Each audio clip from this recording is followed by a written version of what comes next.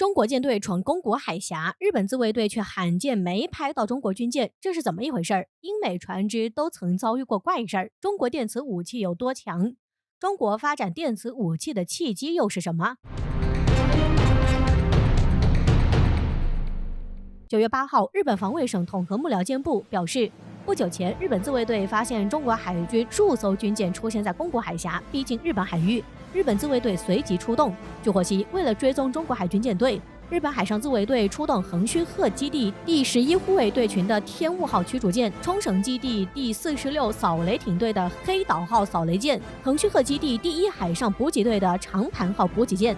以及那霸基地第5航空群的 P3C 反潜机，可谓是准备用大阵仗来迎接中国海军军舰。随着近年来中国海军频繁出入日本周边，类似的情况并不少见，甚至每次日本自卫队都会拍到中国军舰与军机的画面并进行备注。于是乎，在中国互联网上有不少人将日本自卫队戏称为御用摄影师。然而这一次，御用摄影师却罕见失手了。根据日方的通报，在9月3号，一艘正向南航行的中国海军驱逐舰出现在九米岛西北约170公里的宫古海峡海域。不久后，在九米岛西北约190公里海域，又发现了另一艘向南航行的中国海军驱逐舰，而这些军舰在冲绳本岛和宫古岛之间的海域南下，进入了太平洋，并于2天后与另一艘中国海军驱逐舰会合，驶向东海。也就是说，日本海上自卫队至少追踪了3艘中国军舰。然而让人意外的是，后来海上自卫队仅公布了1艘驱逐舰的图像，另外2艘仅留下文字表述，照片却留下空白，这个细节引起关注。据获悉，被拍到的驱逐舰备注舷号是156，这是一艘 052D 改进型驱逐舰，也被定义为 052DL 型驱逐舰，舰名为淄博号。052DL 驱逐舰可以说先进程度在中国仅次于055型驱逐舰，在 052D 的基础上， 052DL 舰长增加了4米，并且将 517B 米波雷达更换成新型雷达。外界认为，这种新型雷达能更好针对 F-35等隐身战斗机。而没有被拍到却有文字备注的2艘军舰，分别是舷号151的 052C 型驱逐舰郑州号，以及舷号13的现代级杭州号驱逐舰。这艘驱逐舰是上世纪90年代中国从俄罗斯订购的。052C 可以说是中国神盾舰的先驱，而现代级驱逐舰近年来经过改装后，也是首次现身远海。不过，这次事件中讨论声最多的还是为何日本自卫队漏拍了2艘军舰，而中日官方都未对此事进行回应。但有猜测认为，自卫队可能在后续追踪中国军舰途中遭到了电磁干扰，导致侦察机设备无法使用，于是便没有拍到中国军舰的照片。而这样的猜测并非空穴来风。近段时间，中国海军频繁在周边海域进行实弹演练，而如果留意的话，就不难发现，后续的报告中经常会出现进行电磁干扰条件下的训练这样的说法。这样的报道虽说是在强调中国海空军部队对抗电磁干扰的特性，但从另一个方面来说，军演中在指定海域制造电磁干扰环境进行演练的同样是解放军，而解放军海上进行模拟演习，往往会划定一大片禁航区。如果说能在这一大片禁航区域制造电磁干扰环境，那不就说明中国具备海上大规模电磁干扰能力吗？换句话说，中国的海上电磁干扰可不仅可以用来模拟环境提供演习，同样可以针对接近中国军舰的他国单位。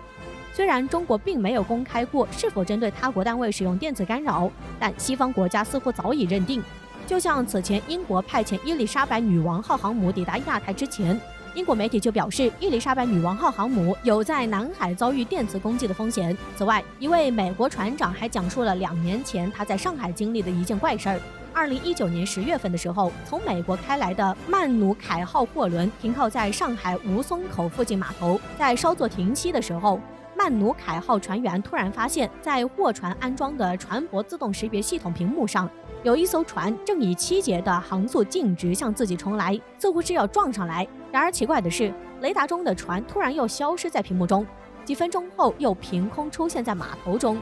随后又反复消失，出现了好几次。船长下令船员用望远镜搜寻那艘奇怪的船，但却发现码头的船始终没动过，更没有船要撞上自己。但随后船上发现曼努凯号上的3套 GPS 设备全部失效，但船上的天线却在正常工作。此次幽灵船事件很快被西方媒体进行炒作，称中国方面在上海周边测试电磁干扰武器，而美国货船上的 GPS 系统正是受到了电磁武器的攻击，并且西方媒体表示，中国的电磁武器的先进程度已经达到了世界前列，威胁性很大。另一件同样被反复炒作的事，同样发生在2019年，并且主场还在英国家门口。当年7月份，中国052C 型驱逐舰西安号正前往俄罗斯圣彼得堡参加俄海军节活动。当时，西安号航行经过英国与法国之间的多佛海峡，随即英国海军出动23型公爵级护卫舰圣奥尔本斯号进行跟踪，但没跟踪一会儿，圣奥尔本斯号便掉头折返。几天后，中国军网透露了一个惊人的细节。当时，圣奥尔本斯号在追踪西安号时，雷达突然失灵，遭反向锁定。这一细节似乎是在说明，英国军舰在追踪中国军舰途中遭到电磁干扰，使其无法继续追踪下去。如果说中国海军能在万里之外的海域就能干扰英国军舰，那么在西太干扰日本自卫队也就不足为奇了。种种迹象表明，中国正在大力发展电磁干扰技术，并且将其纳入反介入区域拒止能力之中，这也让西方很是头疼。光从此前英国媒体发出的警告来看，中国的电磁干扰技术的确让西方有所顾忌。有人认为，中国之所以发展这样的技术，源于28年前的一次耻辱性事件。1993年7月23号，中国货轮银河号在抵达霍尔木兹海峡时遭到美军无故拦截。据称，美军当时关闭了该海域的 GPS 信号，并且干扰了银河号的导航系统，导致银河号迷失方向。随后，美军以检查违禁品为由强行登船，最终将银河号以及船员非法扣押了33天。而在事后，美军没有找到任何的违禁品。面对中国的抗议，美方也表现出强硬的态度，坚持拒绝道歉。此事也给国际社会造成了恶劣的影响，在中国被称为银河号事件。当时中国人就意识到，美国可以利用自己的导航卫星与电磁武器随意针对他国，如果要抵抗的话，就必须拿出同等的能力。一方面，中国大力发展自己的导航卫星系统北斗；另一方面，中国也开始针对性发展电磁武器，似乎是要雪耻28年前的银河号事件。